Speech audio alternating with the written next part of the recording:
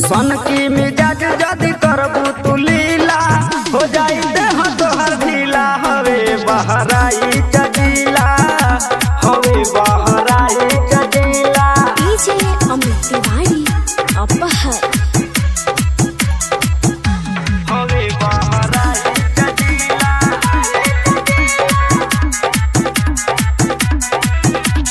बलिया बनारस गोंडा अइलू ह नाच के, कमर हिलावा जान जइबू ना बाच के।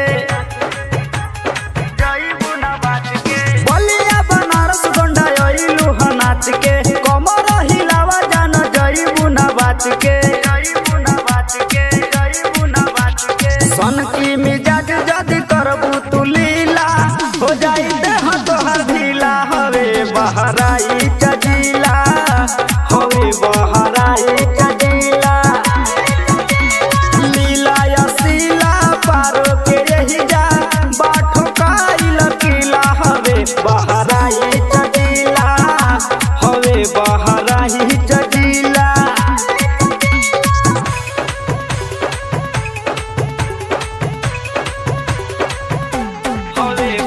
डीजे अमित तिवारी अपहर।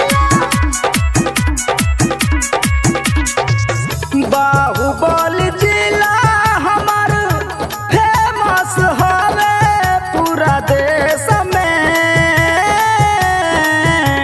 इहवा के लइका डालो दीहे सतोहरा के कलेस में।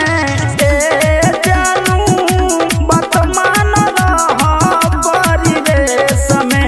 अरे जानू वर्तमान रह परिवेश में। गाड़ी पगाड़ी पैबू तो कहबू मरदना ऐसा मिला। हवे बहराई चजीला, हवे बहराई चजीला। लीला या सीला पारो के रही जा बाठो काइल किला। हवे बहराई चजीला, हवे बहराई चजीला।